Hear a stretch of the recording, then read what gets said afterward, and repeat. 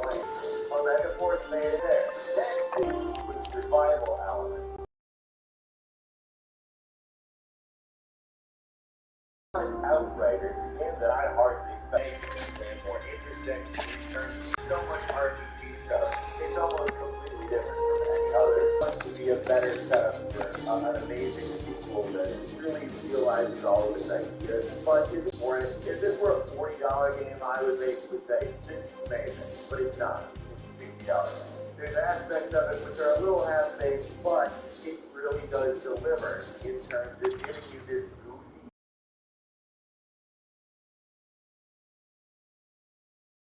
different abilities based on it. It's fun. It's kind of a hack and slash, kind of a comedy game, kind of a Flacco game, kind of a Dark Souls. Like, there's a lot of things at once that kind of thrown in there. And it's there yet. I do feel like this is eventually going to be a series that's very good, and I'm hoping it's the support to stick around for that. Finally, our last game is Chernobyl, a science fiction survival horror RPG.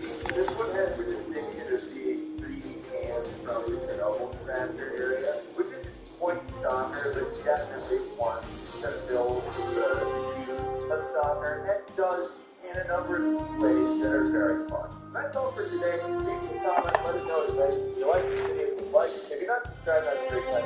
So just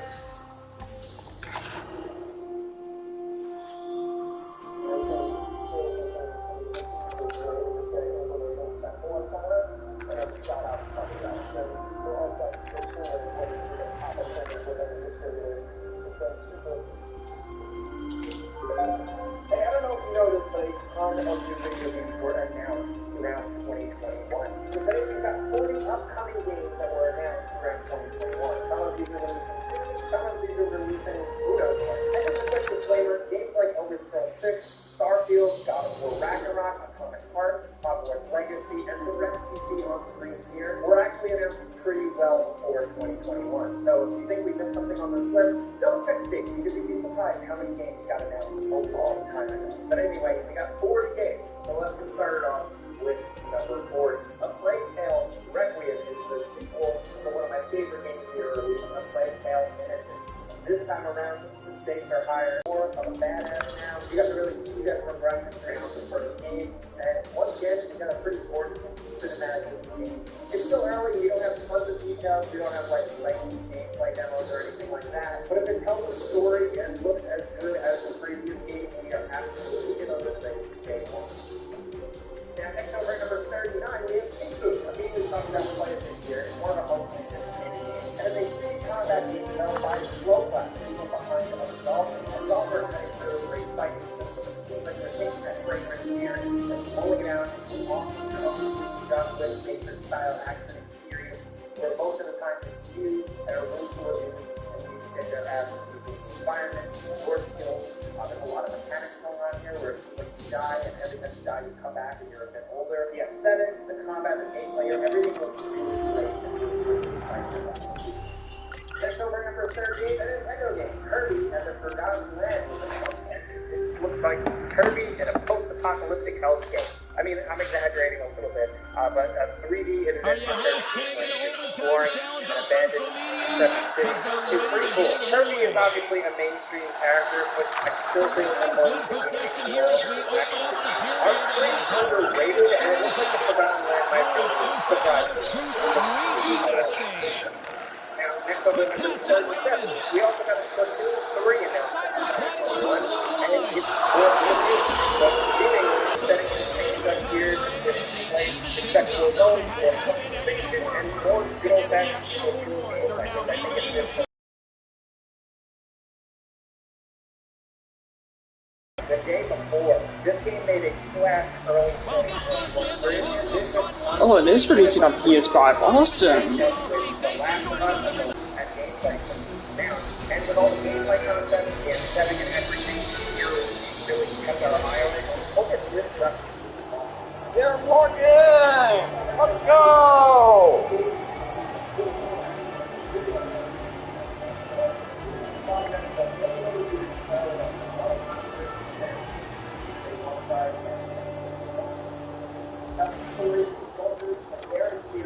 During that event in history, still think this is pretty loose. The gameplay is kind of about each other around some sequel generation and tactical combat. It seems like it's still pretty early in the works, so we're just gonna have to wait and see.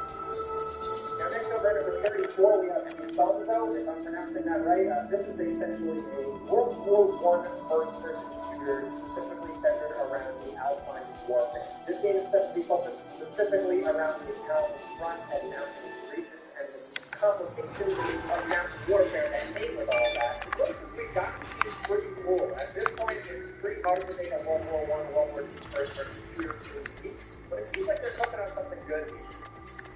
Next over at number 33, we have Solstice. This is an action fantasy game with crazy over-the-top combat, as you'll probably see on screen here. And it tells the story of two sisters. And interestingly enough, the combat involves controlling both characters at once. One character is melee-focused and chaotic and crazy, while the other is more of an otherworldly force using different abilities on the battlefield. It's got a dark, gritty, sci-fi fantasy type of world, and seemingly, judging from the early marketing materials, some pretty dense world building and story. Also, not to mention the fact that it looks pretty gorgeous as well. This seemingly is coming in 2022, so maybe we'll be talking about it more soon. Now, next over at number 32, we have the Saints Row Reboot, or just Saints Row. Now, this was announced earlier this year, and although aesthetically it looks a little bit different, the classic corny gang warfare type of stuff has kind of gone to the wayside. From a gameplay perspective, what we've seen here, it does seem like more Saints Row, and that to us seems like a good thing. We're really curious to see how this one goes. Like, how do you inject a new life into a franchise that, you know, a lot of us thought pretty much ran its course. It did everything it set out to do, and it got crazier and crazier. How do you pare that back down to earth and make it more interesting? It seems like we've got a new setting, a new city here, but some of that stuff is still very TBD. Still, if it's just an open-world chaos crime game, we'll take it. We'll try it. Hopefully we're playing that soon. Next over at number 31, we have Frostpunk 2, which is a sequel to the incredible Frostpunk, the absolutely crushing and challenging top-down city builder strategy political planning style game. We personally really love the original game. It was really satisfying, it was really challenging, and there wasn't really anything else like it. You know, if you're playing City Skylines or you're playing Civilization or Age of Empires, you haven't seen anything like Frostpunk, and presumably Frostpunk 2, where the decisions come down to who you're going to feed, who you're going to keep warm. It makes every single little strategy decision so intensely challenging. Hopefully this one is as good as the first. Now next over at number 30, we have The Outer Worlds 2. Yes, that's right, we're making another one. That was announced earlier in 2021, and frankly, we don't know too much about it yet. It is technically going to be an Xbox and PC game now that the developer Obsidian is owned by Xbox. It seems like they decided to continue that brand forward, and if anything, hopefully it just continues the trend. We really like The Outer Worlds. It's like a very Obsidian, classic Fallout style RPG with a lot of cool dialogue, character decisions, and some pretty compelling characters, so hopefully they can just really amp it up for the sequel. More planets, more things to explore, more cool side quests. If you're a fan of RPGs like this, usually you typically just want more. And thankfully, it seems like we're getting there. Next over at number 29, we have Boundary. Technically, I'm cheating a little bit with this one. This was announced before 2021, but it really got blown out with information in 2021, and this is that NASA astronaut first-person shooter. You're a straight-up astronaut with a gun. That's really all I need to say about that. It seems pretty cool. Now, next over at number 28, we have Terminator Dark Fate Defiance. Now, Terminator just recently got a pretty good game. Here, we're getting a Dark Fate branded game, Defiance. This is an RTS in the War of the Future. Terminator games recently haven't had a very good track record except for Terminator Resistance, so hopefully that makes Defiance a little better, but we'll have to wait and see. Because next over at number 27, we have Ellen Scores ties it. Bart Stall! It was a RPG adventure where you build your own character, you set out and you do quests, and it was in this cool kind of hybrid sci-fi fantasy world. By the end of the game, you could build a really cool character, and people really enjoyed this game, even despite all its faults. And it's just honestly really cool to see it get a sequel. Get ready! And next over at number 26, Sony announced a Spider-Man game in 2021. Insomniac is making a full sequel to Spider-Man, and they've got a lot under their belt now. They have that strong first game, they have the Miles Morales spin-off game, and now we're getting a Spider-Man adventure featuring both Miles and Peter against seemingly Kraven the Hunter and Venom. If you played those games, you know the story setup for this is pretty interesting, and we don't know too much about it yet, but we're really excited to see where it goes, because those Spider-Man games by Insomniac are some of our favorites. Next over at number 25, we have Star Wars, The Knights of the Old Republic remake. Yes, I still can't believe this is a thing, but it's being made by Aspire or Aspire, however you say it, and it's just going to be a full remake of the original Star Wars Knights of the Old Republic. I can't even imagine what that's going to look like. I'm really curious what they're going to change, what they're going to update, how the new Star Wars is going to contrast with like the old style Star Wars. I don't know, it's up in the air. This is a risky bet, but hey, we'll see what happens. Next over at number 24, we have Company of Heroes 3. The Company of Heroes games are pretty great. If you've never checked them out, you can play them pretty much anywhere now, and it's really sick that we're getting a third one, specifically this time around centered in the Mediterranean campaign. So it's like that RTS tactical style gameplay in a newer, brighter, more interesting setting. That might be the breath of fresh air this franchise needs. Marcus Rayman! Oh, what a corner goal, too! Hopefully we see it in 2022. Next over at number 23, we have Horizon Call of the Mountain. This is a PlayStation VR 2 Horizon spin-off game. Now, technically I'm cheating with this one. This was announced in the beginning of 2022, but it's a new thing. It's a new VR experience in the world of Horizon, and we don't talk about VR enough here. We don't give it enough love, so we're looking forward to this one.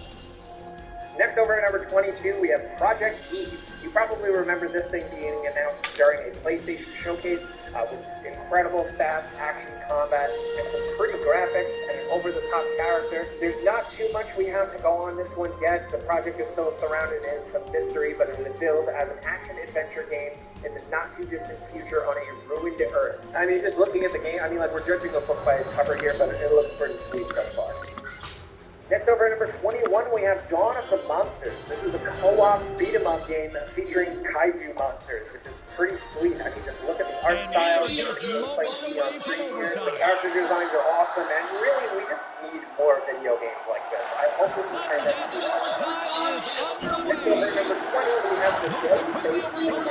That's right, EA once again dragging out Dead Space. You can imagine an updated version of the game. But you ask me, I don't really think Dead Space is really a remake, but it's really Oh, ah! I'm really excited to see that because I'll always take credit for that. This one's probably becoming Star Wars adventure developed by You've been on both sides of the equation for this. Do you like those traditions? And their first one is going to be Star Wars.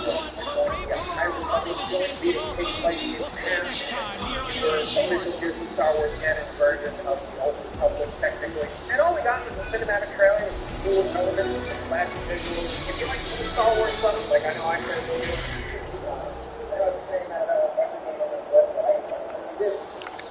Next up, number 18, we have Sonic Frontiers. Sonic is getting a new game, and this time he's going open world. It's kind of an inevitability that everybody's going to go open world, but if anyone can do it, it's Sonic, because he runs really fast. As Sonic, you're going to be exploring this region of the Starfall Island, and there's going to be a bunch of stuff like forests, ruins, deserts, and hopefully it's awesome. You know, Columbus! Sonic, we're trying something different here. Hopefully 2022 is the year of Sonic the Hedgehog. Next over at number 17, we got the announcement of Arc Raiders. This is a free-to-play, third-person sci-fi shooter where you're fighting with your friends against alien robots. It sounds really simple, it also sounds kind of generic, but the gameplay and announcement trailer for it actually looks pretty sweet. We all watched this, so we couldn't help but be like, oh yeah, we'll probably check that out. It's free-to-play, so see what happens. And thankfully, it's launching in 2022. Now, next over at number 16, we have Warhammer 40k Space Marine 2. We're getting a sequel to the Space Marine game, and I never thought we were going to get one, but it's pretty awesome that we are, because the original Space Marine was a really fun Warhammer third-person action.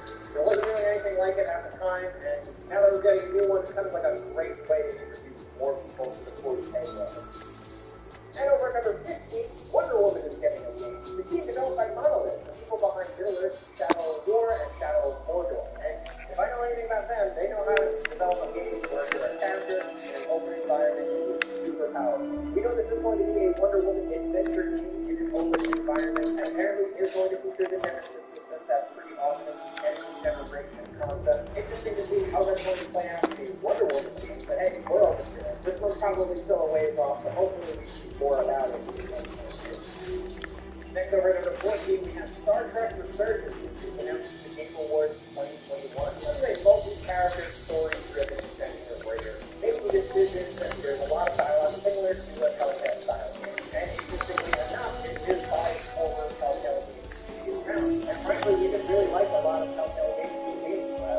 that like driven story narrative stuff. It's always really creative and fun to explore. So to have it in the Star Trek world is pretty cool. Next over number 13, we have Texas Chainsaw Massacre game. That time Leatherface got a little game. This is unjust interactive. People behind the proprietary those games, which is actually surprisingly awesome. It certainly wasn't perfect. It had its flaws, but they understood the concept of the scary horror character and the property it was based on. So hopefully they can do that again with Texas Chainsaw Massacre. Whoever can tell, but fingers crossed. Now, next over at number 12, we have Redfall. This is Arcane's new game. Arcane, of course, is the people behind the Dishonored series. This is an Xbox and PC exclusive, and it is an open-world action-adventure game with first-person shooting elements, and it's going to have both single-player and cooperative modes. There are 4 playable characters that are all pretty distinct, as you can see from the initial reveal trailer, and it looks like it's just fun vampire-killing gameplay. But, of course, with that Arcane spin on it, that Dishonored, deathly, chaotic, fun gameplay style. The concept is pretty cool here. We wanted to see more gameplay first, but as of right now, this one is slated for summer 2022. Now, next over at number 11, we have Replaced. This indie game is like a steampunk action-adventure game on a 2D side-scrolling plane, but with like a lot of 3D elements going on. This game is just gorgeous. Look at this. If we're judging it on that alone, the concept seems ambitious and cool and unique. And we've never really played anything quite like this. Again, it's early. We don't really totally know how the whole game is going to play and how it's structured. But seeing just a little bit of the combat here and some of the exploration, if that's anything to go on, it seems like it could be something. Next over at number 10, we have Aftermath. This is a third-person action-adventure game centered around an astronaut who returns to Earth, and upon re-entry, things have seemingly gone horribly wrong because the world is abandoned, and the world is filled with mysterious, scary aliens. Apparently, it's going to tell a very human and emotional story, considering the fact that you're like a person completely stranded alone. You're basically trapped in a nightmare. What is the philosophy behind that, the feeling behind that? There's talk about this game here, but I'm really curious to see what kind of story this game tells. Not to mention, shooting alien monsters is cool too. Next over at number 9, in 2021, we had the reveal announcement of Spectre, a game that is right up my alley. Essentially what this is a spiritual successor, a new age for fans of the classic Splinter Cell multiplayer series, Spies vs. Mercs. That's straight up what this is. They know what they're making. They're doing their own thing with it. It's clearly got a little bit of a different style, but the Spies vs. Mercenaries game mode is just brilliant because it's a really great way to implement stealth into multiplayer. It's essentially hide and seek, and it's a unique gameplay concept that hasn't been explored in a while. Ubisoft, of course, has been sitting on the Splinter Cell brand. We're really excited to see what this smaller studio can do with this concept. Now, next up at number 8, we have Palia. This is billed as a community simulation MMORPG, where it's kind of like you're exploring and building and kind of just living a life. We've had some of these types of games before where you live a second life in a video game. Not really as gorgeous and fantasy-oriented as this. Also, shout out to one of the top comments on the trailer for this game, where someone claims it's like an MMO in which the entire point of the game is what's considered downtime in other MMOs, like crafting and nesting and exploring and stuff. And that seems really cool. This is like an MMO, but it's just all comfort food video game stuff. Hopefully the gameplay is awesome. We really want to root for this game. The concept is pretty unique. Now, next over at number 7, we have Alan Wake 2, announced at the tail end of 2021. We're finally getting a sequel to the classic Remedy game. This time around, they're doubling down and making it full-on.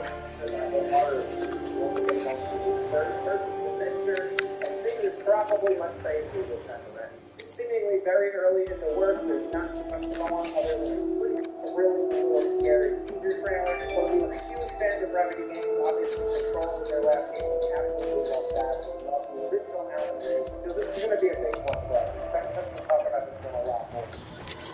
Next over at number 6, we have Lies of P, which is essentially just a straight-up dark and gritty Pinocchio. It's a Soulsborne style game. You can tell the influences are there front and center. That's certainly not a bad thing. This game was pretty awesome. If you love Bloodborne, this looks like the Bloodborne previous game never get. I'm so into the look of this game, the vibe of this game, and the combat we've seen so far, the bosses and enemy types we've seen so far. Hopefully this game truly plays as good as it looks, because it is perfect. Next over at number 5, we have Dragon Ball, the Breakers. Once again, they're taking the Dragon Ball brand and franchise and often look into a different film of the game. This time around, it is a 1-on-7 online asymmetrical action where 7 normal humans are trying to survive a Ranger, who is essentially someone playing as a classic Dragon Ball villain like Cell or Frieza, and you're like a total badass, so you and your friends have to work together to survive against Cell, Boo, or Frieza using teamwork, your wits, and some cool gadgets like a grappling hook. This one is just a wild idea. I'm really curious to see how the hell this one works out, because it's really a wild card, if you ask me.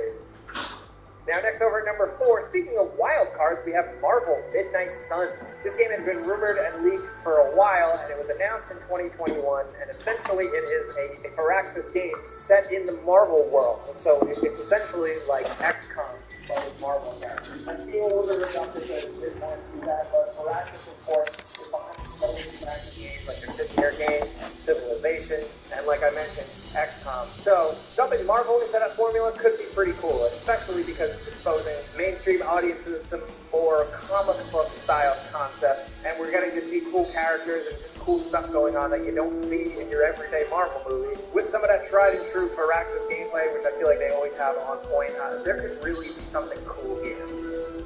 Next over at number 3, we have Bitcraft, which is billed as a sandbox MMORPG that encourages a bunch of different play styles, from farming to hunting and crafting, city building and social strategy, and not just focusing on just combat, which that right there sounds like a breath of fresh air. They are hyping it up as a completely new kind of MMORPG, and we're really excited to see if that can stick. I mean, the art style is cool, the world's pretty gorgeous, the little glimpses we've seen of gameplay so far do look compelling, and it's going to be in pre-alpha, and it's probably going to take a while for this thing to truly develop, but it sounds unique, sounds different, so we're going to keep an eye on it.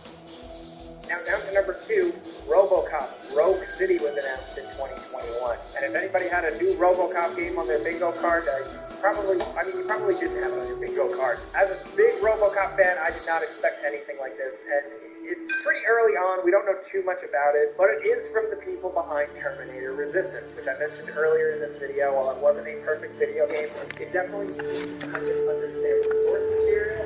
So with RoboCop Rogue City, it seems like it's going to be a first-person shooter set right up in old Detroit. Like it's just a RoboCop game in the classic RoboCop world. Apparently there are going to be some decisions involved, and RoboCop is trying to how to enact the rule of law. Really excited to see where this will go. Hopefully they have the budget to make something cool, because you know what, we just don't get enough RoboCop anymore.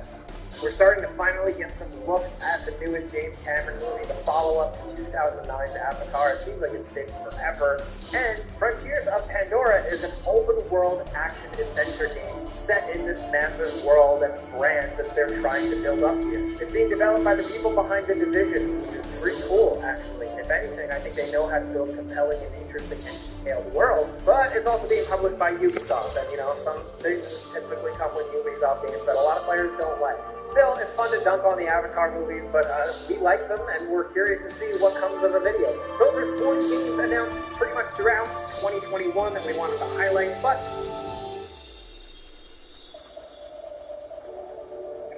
when I first started EVE, I was a minor, and I was really tired of getting blown up by people all the time.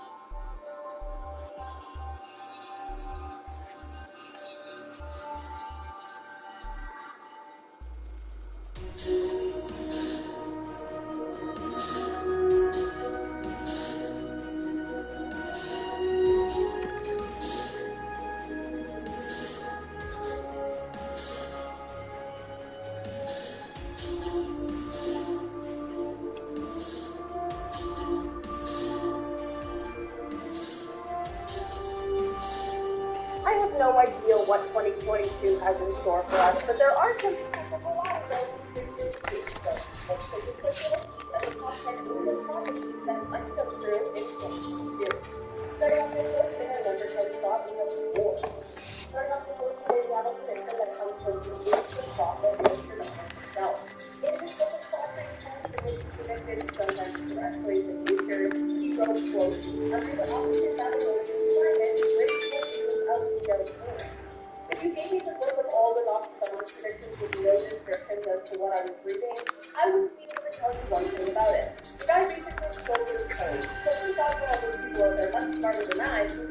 what it all means. Basically, this little prediction is meant to say that Nostradamus was to believe that 2022 is likely to be the first climate war. He believes that this war will involve neighboring countries and will be a fight over global resources. Unfortunately, this prediction really wasn't too far off base from the way things went on.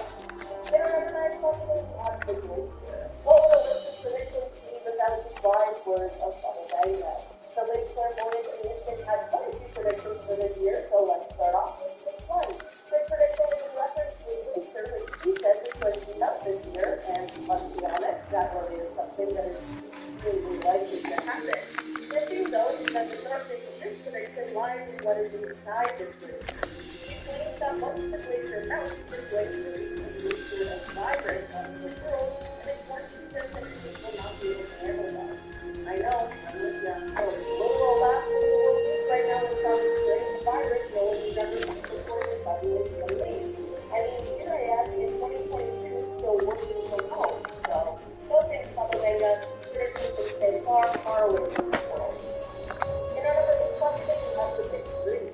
Back with another Bubba Vega prediction. This one is a little less strong than the last, but it's also a little more unsure of what exactly he meant by it. Apparently, he said that this year we will see exactly light, as well as a strong dragon that will see humanity. Yeah, I have absolutely no idea, but there are some people out there who have a few ideas. People are speculating that this prediction is said to be about some large countries that hold a lot of more power all teaming up together. For what exactly? Who's to say for sure? This could potentially be a disastrous prediction if it were to come true, but there's also potential for it to be something spectacular and peaceful. I don't know. I'm not so sure about this one, but I am definitely hopeful. In our number 7 spot today, we have food pills. On this list today, we have a couple predictions that come from W.L. George. He was an English author who, in 1922, gave a bunch of predictions of what he thought the world would be like today. Some of them are shockingly accurate, which is very cool to read about, and some of them have yet to come true, but honestly aren't very far off. Starting with his today, we have a prediction that reads, quote, "It is conceivable, though not certain, that in 2022 a complete meal may be taken in the shape of 4 pills. This is not entirely visionary. I am convinced that corned beef hash and pumpkin pie will still exist." What in the Willy Wonka was going on in the minds of people in 1922? I guess in some ways this does already exist, but I don't think in the way he was eating. We definitely have little pills or sorts of candy that taste like a meal, and then we have pills that can give you the vitamins and minerals that would be comparable to eating a meal, but do we have anything that combines the two? I'm not sure if it's a great idea or not, but it just seems like something we probably have the technology for. Is there a market for this? WL has you left with a lot more questions that you think the last 100 years would have answered. Honestly, just give us the Spy Kids microwave and we'll be set. How's that for a prediction? In our number 6 spot today, we have Hunter. Alright, another Nostradamus riddle for us here today. He wrote, quote, "A blood and hunger greater calamity, 7 times a practice to the marine sea. On it a hunger, great taken captivity." That was more confusing than the Baba Vanga one we just talked about, so let's try and decipher this one. Basically, people have explained that this one suggests that Nostradamus was predicting that this year we would see a rise in world hunger, which is a result of an increase in armed conflicts. This one is just bad all around. Firstly, that's a prediction that there's going to be more bad, more war, more weapons. That's certainly never great on its own. These two things being smashed together certainly makes sense, but it doesn't mean it isn't grim. Let's just hope this is one of those far-off predictions that we never see come to fruition. In our number 5 spot today, we have a Bug's Life.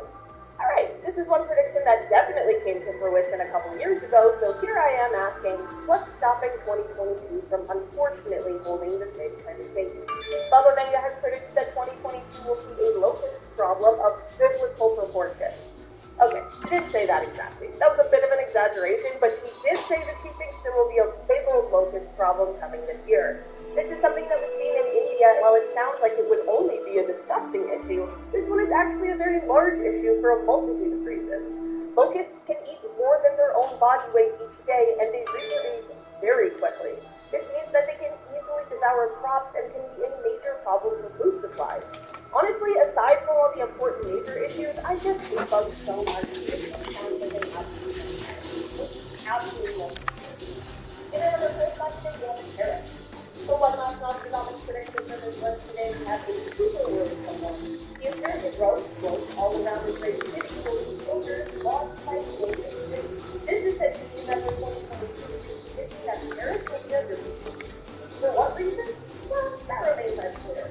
There are other ways to interpret this prediction, like perhaps the potential news of the city will be stop for a while, but who knows? I wish the people who make these predictions would go a little more direct with them, but hey, who am I to concede Nostradamus? At the end of the day, the good news is that this is just a prediction, and Nostradamus has been wrong before.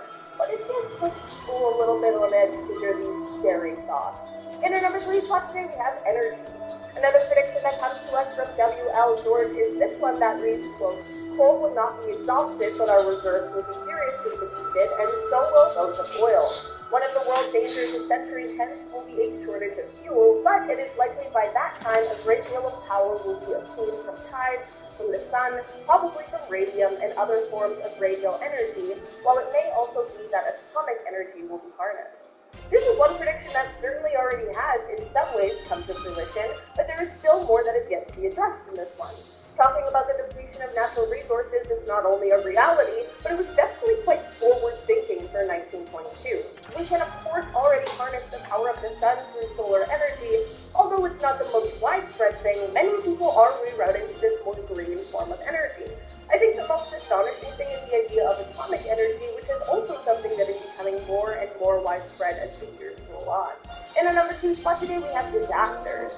This is one prediction that comes from Baba Vanga, and if I didn't know any better, it's one that makes me feel almost as if he had information as to what our world today would look like. He predicted that 2022 would be a year where we see a rise in the amount of natural disasters, more specifically earthquakes and tsunamis. This is made a little more eerie by the fact that she is very well known for having an accurate prediction of the 2004 tsunami, but let's hope that one was just a theory fluke. She claims that several Asian countries, as well as Australia, will be the hardest hit by these disasters. Nostradamus also has a natural disaster prediction for 2022, and he says that Japan is going to have an earthquake that is going to strike in the middle of the day.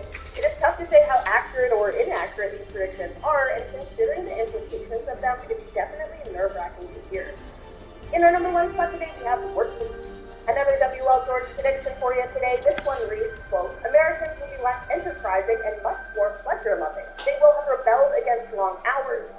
The chances are that in 2022, few people will work more than 7 hours a day, if as much. The effect of this, which I am sure sounds regrettable to many of my readers, will, in my opinion, be good. This is actually a really interesting one. Not only is it very cool and fascinating to see someone having predicted this kind of thing all the way back in 1922, which is before the Second World War, but it's actually a huge topic of conversation right now. There are many places around the world that are cutting back their work weeks to lesser days or lesser hours, and it's a really controversial thing.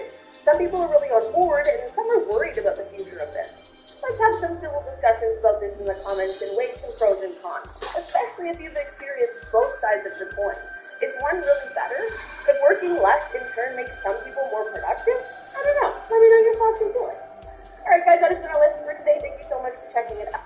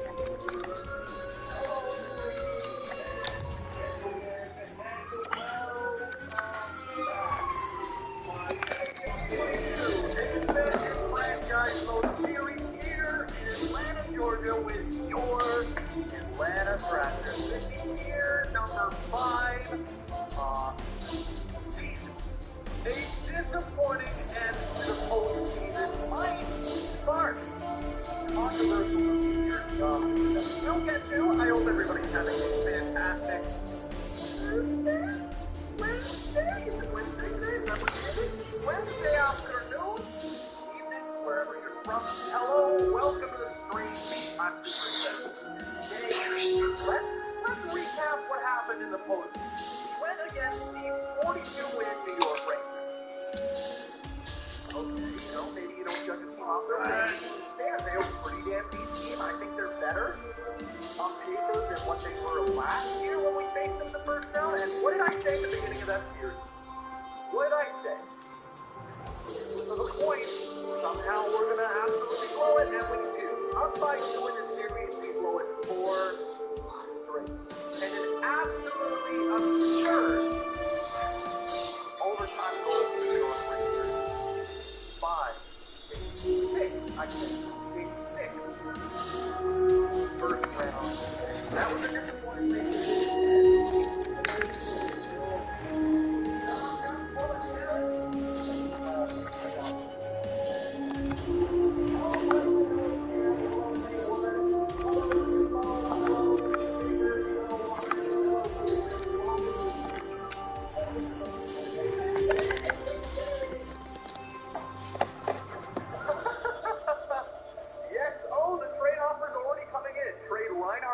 In your first round pick for the first overall selection. All I'm saying is that might become a reality. Now, let's get a good look at what the contract phase of the offseason is looking like, because, in the last couple of years, we've had a lot of money. We're going to clear out a lot of money. That's not really an issue. I'm pretty good at that. We're good on that end. But the problem is, we only have $11.68 million to work with, and the cap will go up 3 for the start of next season. So yeah, we'll have a little bit of a wiggle. We'll have a little bit of wiggle.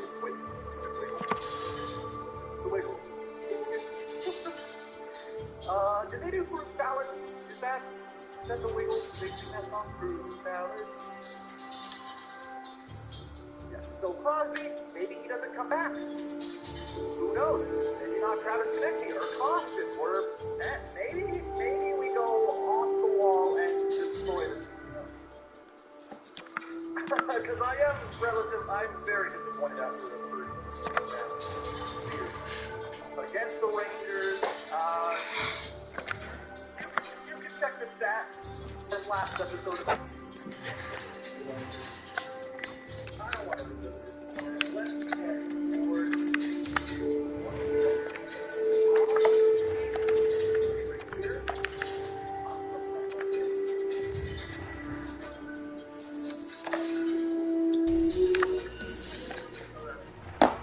I don't know. Just on searching the AHL. Hopefully our AHL team can do something this time. Fun. Only way you sign Crosby is 1-year contracts, of course. I would never go out of my way to hurt my team. Sign and trade Costin will have value otherwise. I completely agree. My idea was that I was probably just going to let him go. But I can see if he wants a contract and then do it after that. I kind of want to go after that first overall pick this year.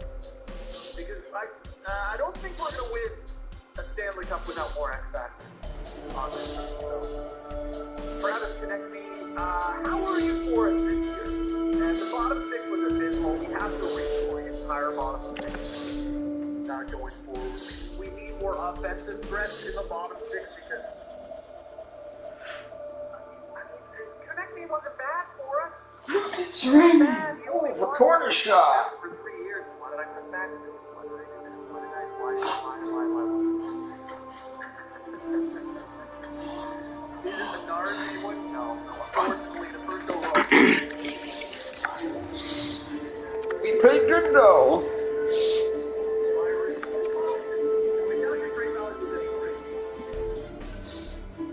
And Vegas wins the cup. With that title. Okay.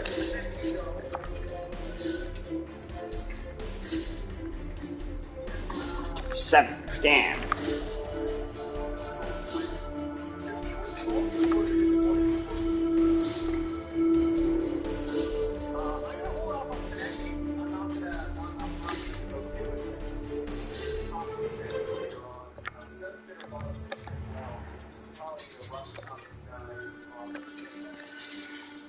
Keep that in mind, but right now we're not going to sign any big time free agents.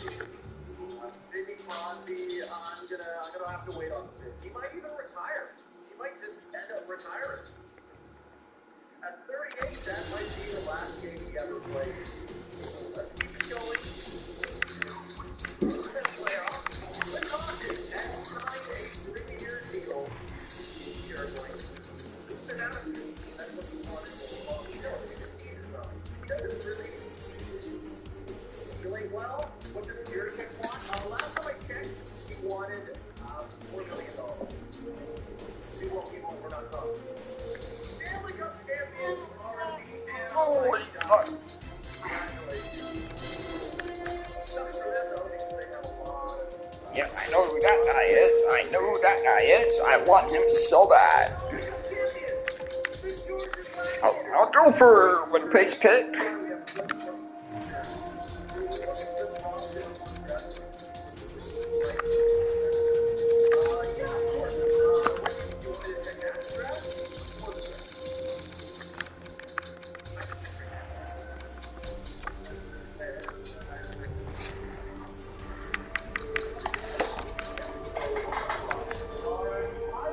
Yeah, I'll go for Columbus' pick as well.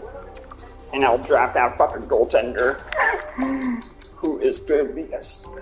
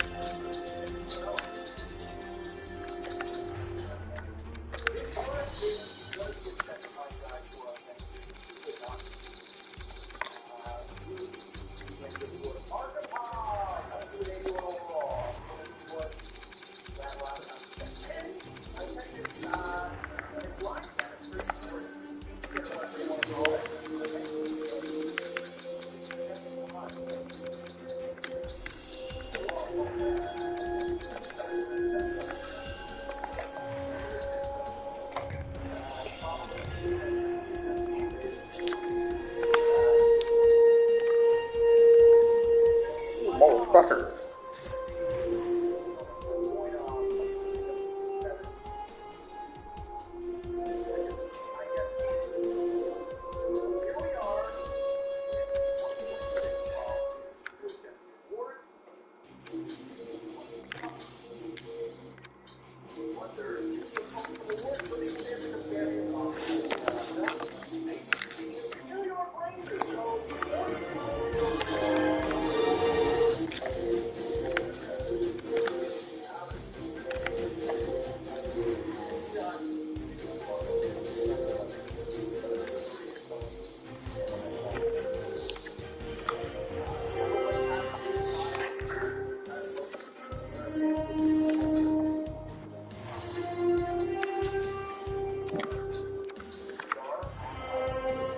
High franchise, yup.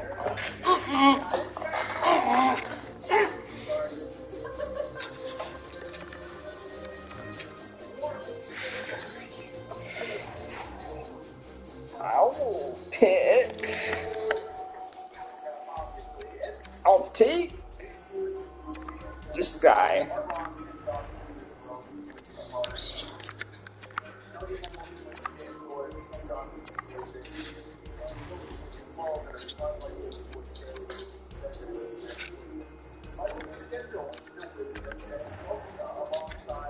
Oh, what the actual fuck? Hold on. And all of these 78 down. Okay, oh, that was Sammy Boy. I think he's the brother of.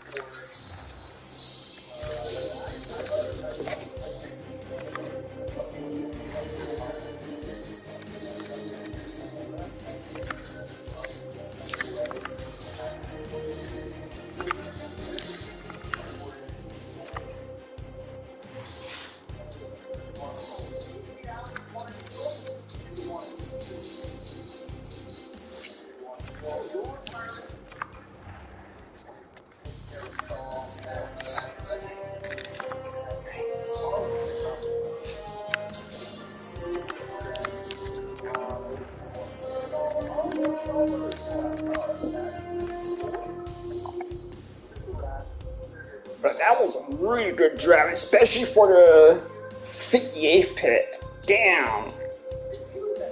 Good for that draft, and then that was an OFD too.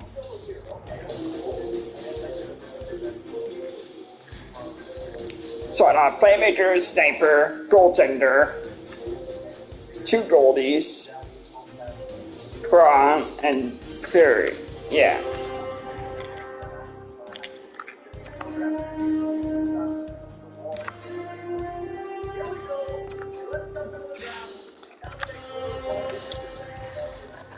Holy shit, $41 million. Okay.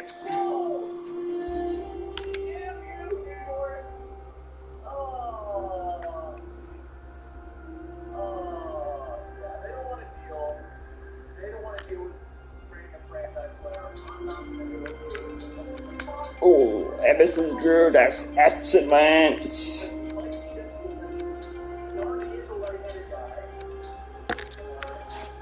Did we re-sign Gagne?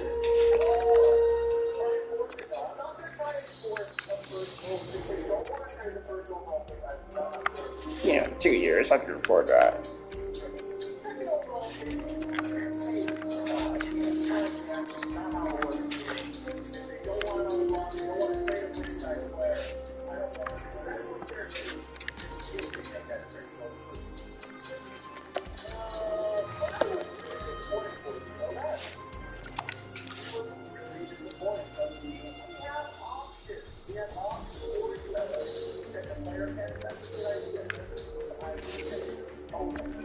You play AHL as well. I want him to get going in AHL. I just want that Russian pop, like crazy, to score.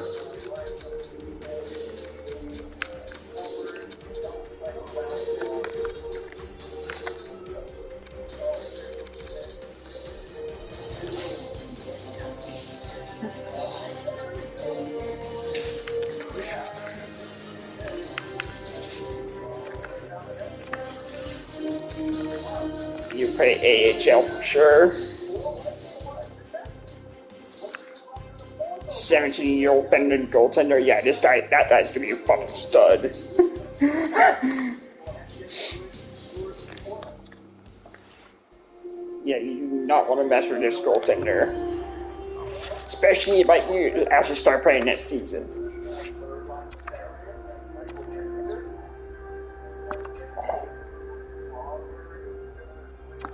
Oh, come on, really?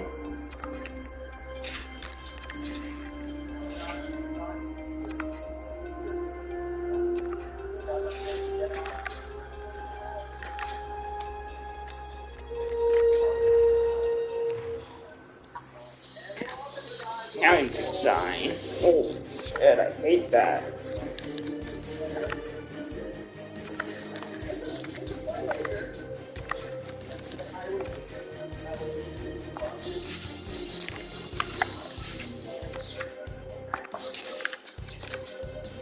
I'm gonna keep this guy on sign just for now. I want him to play in Germany. I want him to back up to Tobias for sure. He's the backup for him. Or Tulsa. I want him to.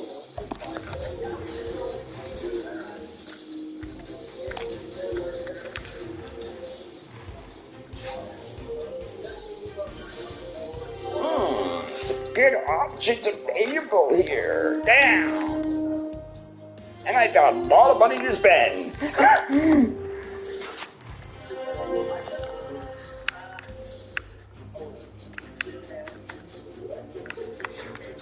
These are the coaches. Let's just inspire everybody. Start new ones.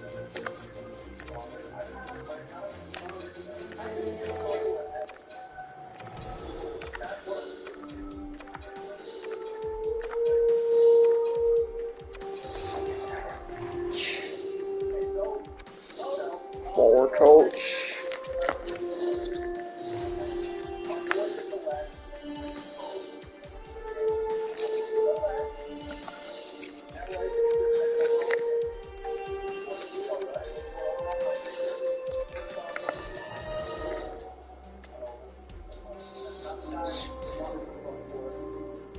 He loves sports, but he hates piranha.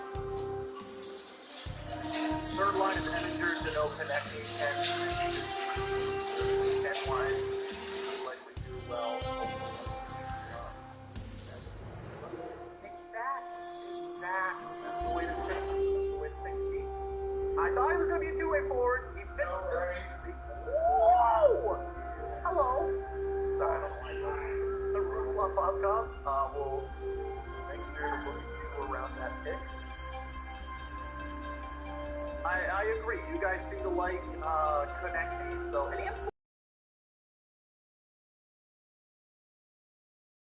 was really good for us. Markov, I doubt is going to be fourth. Markov is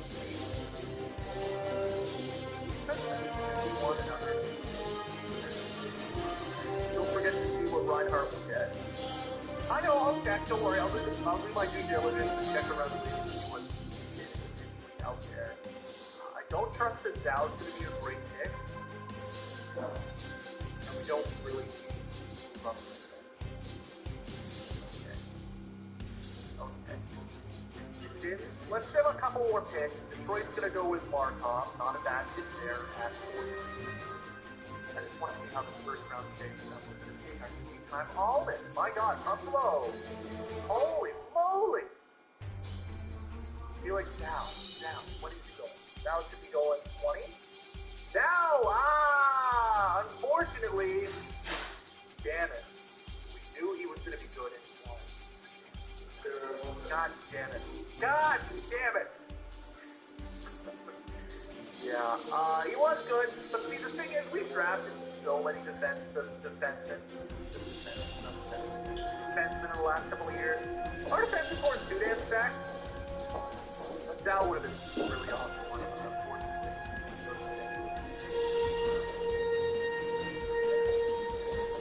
So, let's see if there's anything there here in the first round, because we do have assets that we can move around. So there's buffs around right there.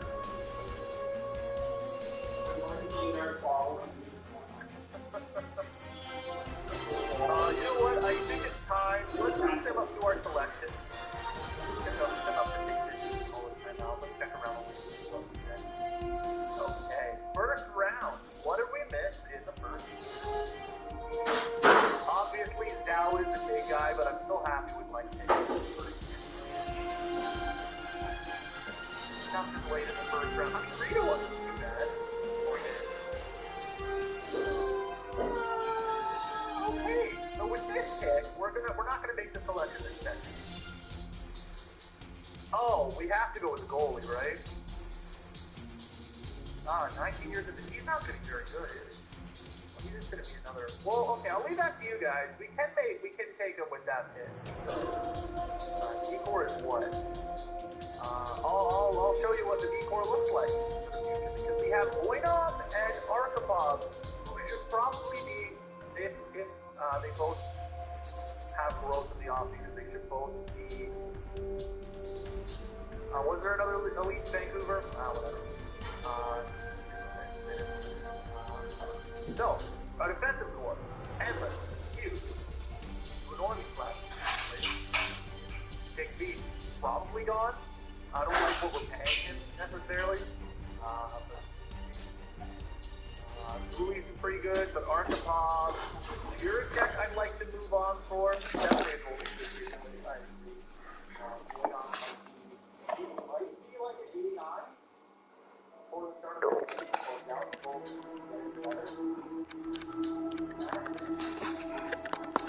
unfortunate that this guy did not grow at all. 22 and 68 overall, this doesn't grow.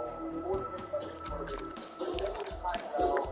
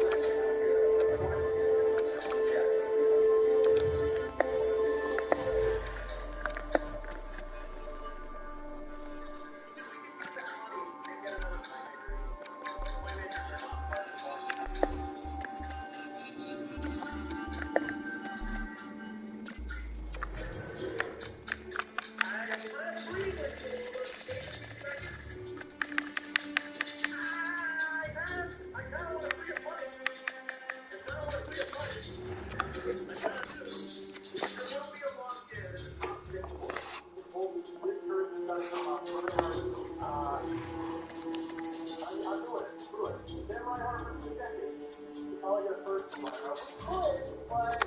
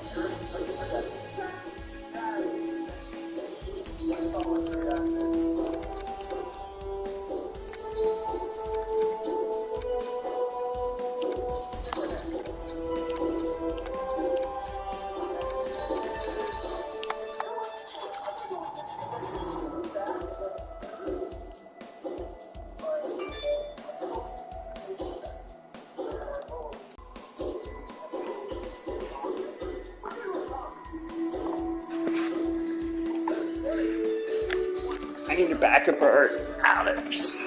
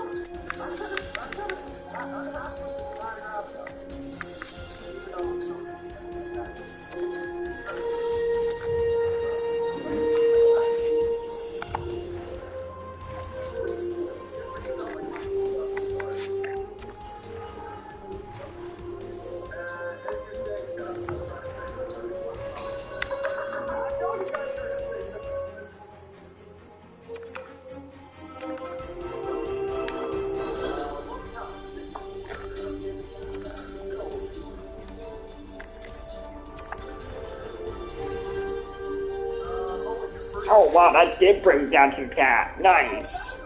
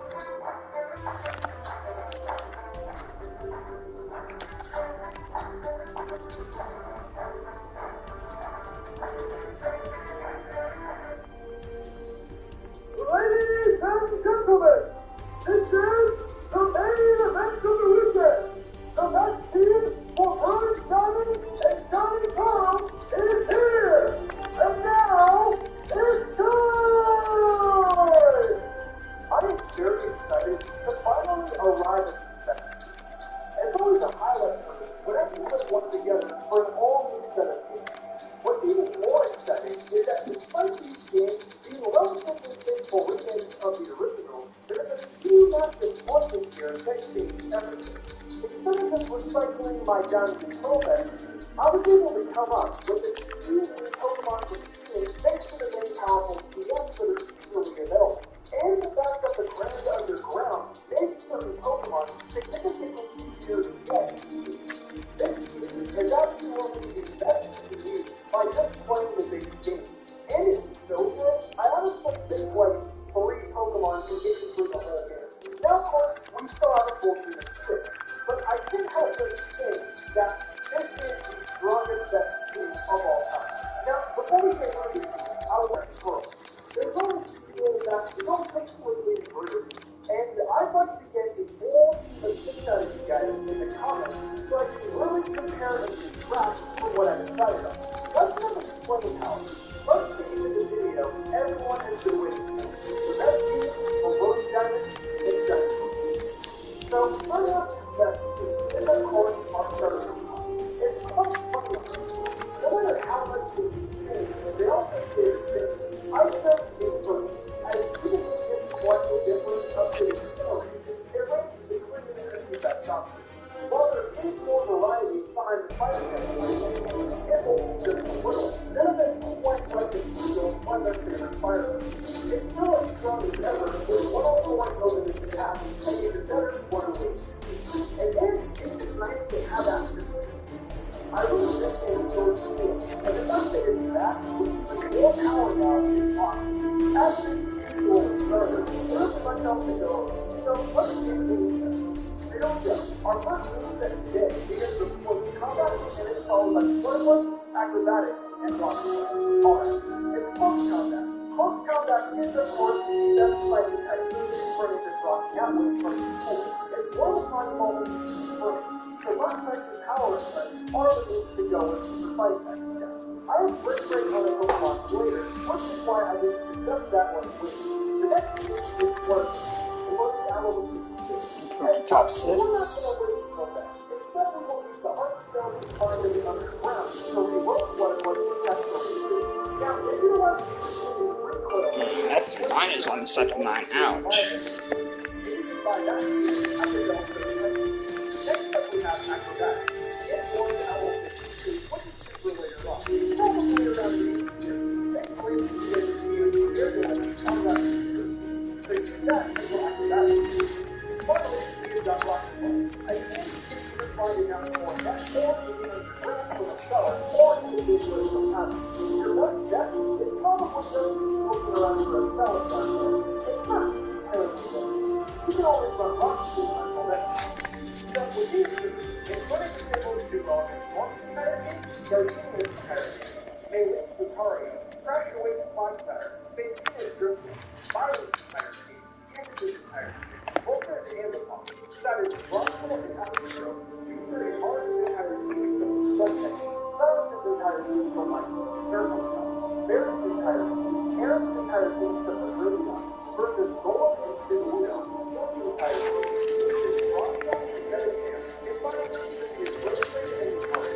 This will be one of the only big battles, and a pretty large amount of the West Big battles as well. More expensive movies coming up that can handle the remaining Pokemon.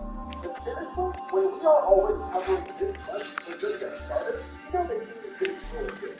Alright, so from one usual suspect to another, this best team will represent another Pokemon emanating from Sword and Shield that was a long-time member of many sports fantests. The best moon out there, Staraptor. They did this game very dirty by not having returned in ETS, as that was getting handed down the best mobile type in the game. But unfortunately, that wasn't that case. You can hear that fact with life no longer being necessary, and Staraptor loses some of its usefulness in the eyes of some, sure. But I still really respect and like this thing a lot, and I like to include it on the team since it's a very brutal Pokemon to get and brings great backup to some of the best things in British series. Truth be told, I like to often put the best teams in the order of when you get to the Pokemon, as well as how I think they are in this group. I actually picked Staraptor last week's squad because I realized something great. We were in a position where the team I built was so good, I could stick a Pokemon with a pedigree like that Staraptor on it, and it could almost be an afterthought. We had Starlink at the start of the game, and the level 34, just Staraptor getting involved into the top bird. Let's take a look at this. It's pretty fun. Rayford, post-combat, encouraging stealing architects for after having built for it in this playthrough spinner. A very vintage reset for it with a squash sort of necessary code. Rayford revoked the set as a move on Alamo 49, but aerial ace and wing attack are both viable moves leading up until then. Next is close combat, which, just like its limit, is learned upon all dangers thereafter. Who doesn't like a bird that can just pull up to literally anyone? It doesn't make much sense, but whatever. Let us watch Raptor. Next up is Reaper, which is an in-app purchase and development department store. If you want something to feel second hand, Reaper is the Who doesn't like a little quick action too? We wrap up the move set with Steel. A GM appeared on round 209 that served as coverage for 30 times. You never have enough of that, right? Now with these moves, Staraptor is able to do well against Gardenia's entire team, able to Meditate and Macho, firing Steelers and Bastiodon, and the entire team. Both are standing on. Silence obstacles and the down. Even at a largest for upgrade, Silence is mobile. There is Snorlax, Rosemary, and Poleon and Heracross. Aaron's entire team is at the great time. With the Pseudo Gold, with Steelers, Rock and that it can Mr. Mind's now down. And finally, Sophia's Rosemary and the card. Staraptor comes through against the second tank and a couple of ice tanks with skill weapons. There's a couple crossover with the brain, but one of the earlier, Staraptor was here in the one spot. Because as you're about to see, this season is so good. After March 2018, we are finally here. And so, with your future, Coastbank welcomes you to Arctic Coast. Let's keep it rolling with a relatively obvious clue. This time being the bouquet Pokemon, Rosemary. It only got better and more relevant with these games. As its brass point detector became all the more invaluable due to the very heavy, newly found prevalence of Sinnoh. It captured the two really early in Sinnoh, which is actually still early if it comes through in the first gym battle, which is necessary if you want some super effective stab against Born instead of Chimchar's non-stab power. You could always involve Chimchar and Monferno, but the dude's also so what you have to do, you just got to evolve it by level 100 in the game, which might happen, and then evolve it in a Rosemary with the wonderful shiny stone.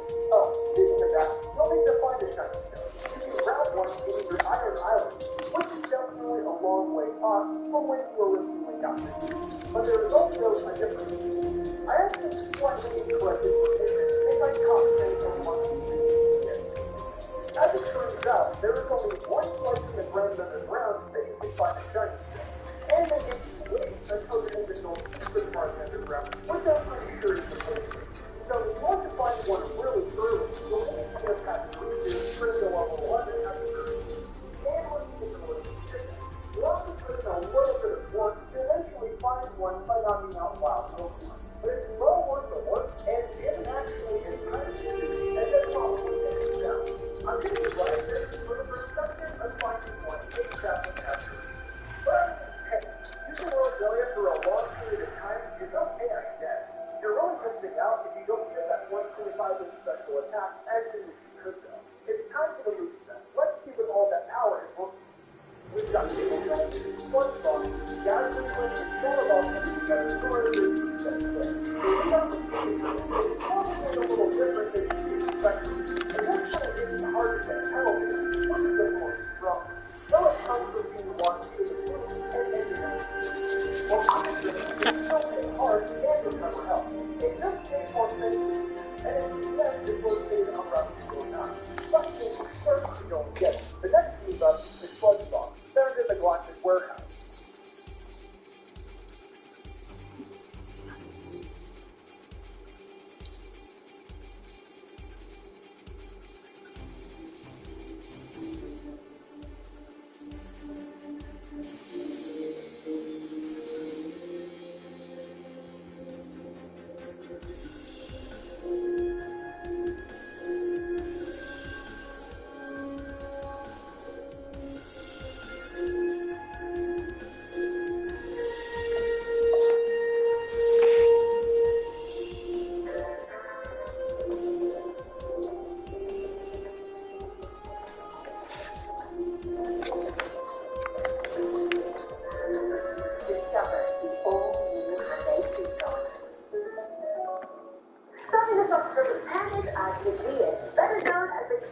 demons, one of the 7 princes of hell, or better yet, the king of the 9 hells. And here I want you to know there is only one hell, and this is the Trinity. According to this classification of demons, as the demon is a demon that symbolizes lust, which makes sense since he specializes in just that, spreading lust. He apparently has 3 heads, one that looks like a man, one that looks like a sheep, and one that looks like a bull, and apparently the man head is for most people. He also rides this horrific creature that looks like a lion, but has a neck and the wings of a dragon. If spreading love wasn't enough, he also specializes in enacting revenge. He appears for most of the book of Tobit, written in 400 AD, when he tortures Sarah, who is Raguel's daughter. Raguel is the seeming friend of God. He kills 7 of Sarah's husbands all on their wedding night in order to stop them from consummating the marriage. He kills 7 of Sarah's husbands all on their wedding night in order to stop them from consummating the marriage. It's said that people who listen to him will spend an eternity in the 2nd level of hell. Now, I'm giving you all the info, whether you want to summon him or not, that's up to you. I probably say don't. Coming at number 9 is the Farm. No, not the 7-second video app that we all miss and spend way too much time on. In Christian demonology, Vine is, and I quote, known to be the trickiest, deadliest demon. He's a king of hell, and he's also an hell. Titles here. Vine is described as taking the form of a lion, riding a black horse, and holding a viper in his hand. So really, he could just kill you with any one of those animals if summoned and pissed off. And those this size also governs over 36 legions of spirits. He's known to have the power to take a person's soul without permission, look into the past and present, and he can also create storms and make the oceans rough. He can discover hidden things and witches and bring down any structure he wants. People summon him to reveal their hidden downfalls and enemies, as well as help them build their lifetime goals. But with hard work, you can achieve that without summoning vines, so just don't. After that, we have Belial. Now, in the Hebrew Bible, Belial is basically talked about and described as the devil himself. Hello, alarm bells should be ringing right about now. Red flag should be waving. His name translates to wicked or worthless, and the Dead Sea Scrolls title him the leader of the sons of darkness, the king of evil. They say following Belial, his man caused bloodshed and other atrocities. According to the Satanic Bible, Belial is titled without a master, and so worship is a must to summon him because he brings about independence and freedom. But I assure you, you can attain freedom and independence from other sources, you don't have to do this. His name is King of Evil for God's sake. Coming up on the 2nd spot is Lilith, the first demon on this list, and their name translates to night monster, because there aren't enough words already. She can be found in the Bible, in Judaism, Roman, and Mesopotamian mythology, but she's not found in the Quran. Some that say she's depicted as the mother of Adam's demonic offspring after Eve. After refusing to be submissive to Adam, she left him in the Garden of Eden. And after that, she leaves Adam before they have kids, and her demonic offspring are actually decided to be after the angel Ishmael. The Dead Sea Scrolls warns this association with Lilith. It says she must fight the spirits of the destroying angels, demons, and spirits of bastards. Whatever that means, it sounds terrifying. She leads men astray in order to be living them. As the night monster, she embodies sensuality, terror, and unbridled freedom. She targets children and women in childbirth, and it's said that when a child is born, she has dominion over them for 8 days. After that, she has none. Hence, people use her to explain the death of a lot of infants. Lilith just sounds very mischievous, and if someone I just wouldn't trust her at all, and you should probably leave the spray as well. So that's a hard no for me.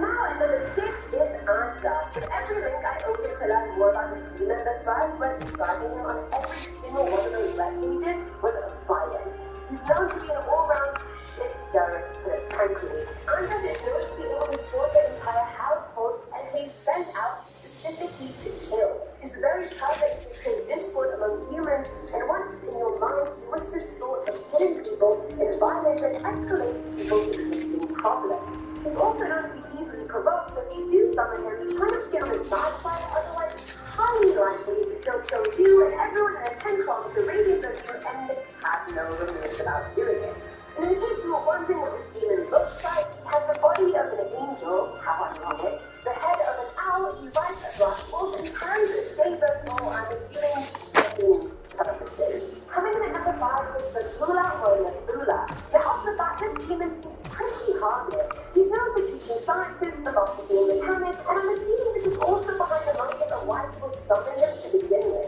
His purpose is to make men know about all these different fields. But he's not just a nice professor at demon. Far from it, actually. He governs 36 legions of spiritual demons and is the great Duke of Hell. He takes the form of a lion with the wings of a griffin, and because he's so smart, it makes him extremely crafty and deceptive. People who get possessed by him start becoming smarter, but also more and more paranoid and distrustful of other people. Aside from knowledge, he specializes in deception. So it makes it very easy for him to manipulate virtually anyone. So if you ignore me and decide to summon him, then be very wary and don't say I didn't warn you. At number 4 is Bereaved or Thou Bereaved. According to the Infernal Dictionary, Bereaved commands 26 legions of demons and has the title of the Duke of Hell. If you are going to summon him, then you have to wear a silver ring with a specific seal and have it close to your face as a sign of respect. If Bereaved finds you're not showing respect his due, well then instant death is what awaits you. Alistair Crowley said that Bereaved is probably the smoothest soul you will ever meet, as well as the biggest liar. As a killer combination. Just know it's guaranteed that if he's not answering a question, he is 100% lying. As a powerful demon, most people summon him to that reason, not realizing his main aim is to corrupt people to achieve his power. He can also show you the past, the present, and the future. A lot of outsiders actually believe he has the power to transfuse base metals into gold. So a lot of people also summon him in search of fortune. Let me just read you the average history described on every website I went on. Terrible, powerful, liar, Helen. See that table? Sitting in on number 3 slot is the master. In Mesopotamian mythology, he used to be a menace to women who were giving birth and would actually kidnap their babies while they were being breastfed. After stealing those babies, she'd choose their bones and then bring them to life. Definitely a demon is not too much space. She's also been known for contaminating water, killing crops, and she enjoys wreaking havoc whenever she gets the chance. It's said that if you have the unfortunate luck of being possessed by her, then you'll suffer from grave nightmares, horrible sleep disturbances, and possibly a critical illness. So far, I'm hearing all cons for summoning her and not a single plan people. But if you do summon her, then you'll have in front of you a hairy creature with the head of a lion, thirsty with talent and donkey teeth and ears. Have fun with that. Now the material is Beelzebub, which sounds like the name of a would-be cute round-looking Pokemon, but it's far from that. Originally, the Philistines worshipped him as a god, but later on he became a major demon in Abrahamic religion. He's known as one of the 7 princes of hell, as the lord of the flies, or the lord of the flyers, and the prince of the devils. He's also very high up in hell's hierarchy, and the second just below Satan himself. In Christian demonology, it's said he led a revolt against the devil, who's Lucifer's chief lieutenant, as well as the emperor of hell. At this point, it's not every demon or this is either a prince of hell or a king of hell. Spirit self-classification of demons associate blasphemy with Beelzebub. Spirit self-classification of demons associate blasphemy with Beelzebub. He's usually held responsible for most cases demonic possession, and his best work is apparently during the Syrian witch trials. He possesses people to absolutely horrific acts, and is known to study belief about false gods, namely himself. Effectively, he's a small withered creature with a long tail, a forked tongue, round horns, and either purple or red skin. Do you really need this demon in your life? No, you don't. And finally, at number 1 is Samael. In Hebrew, Samael translates the blindness of God, venom of God, or poison of God. It doesn't matter which one you choose to go with, since they both scream toxic as hell. In Judaism, he's the angel of death and one of the 7 archangels, and is described by Satan as the destroyer, the accuser, and the seducer. Samael is not a fallen angel like Lucifer, no, his duties the dark from the very beginning. He condones it when humans sin, he likes to be, and his brother tempts them to do it. People describe him as being good and bad because God created him to execute his will at any cost whatsoever. So with that final responsibility comes a lot of consequences. Nothing like even worse. Samael has glaring eyes from the top of his head to the soles of his feet. He has 12 wings and is so tall it takes 500 years apparently to cover any distance that's 2 feet high.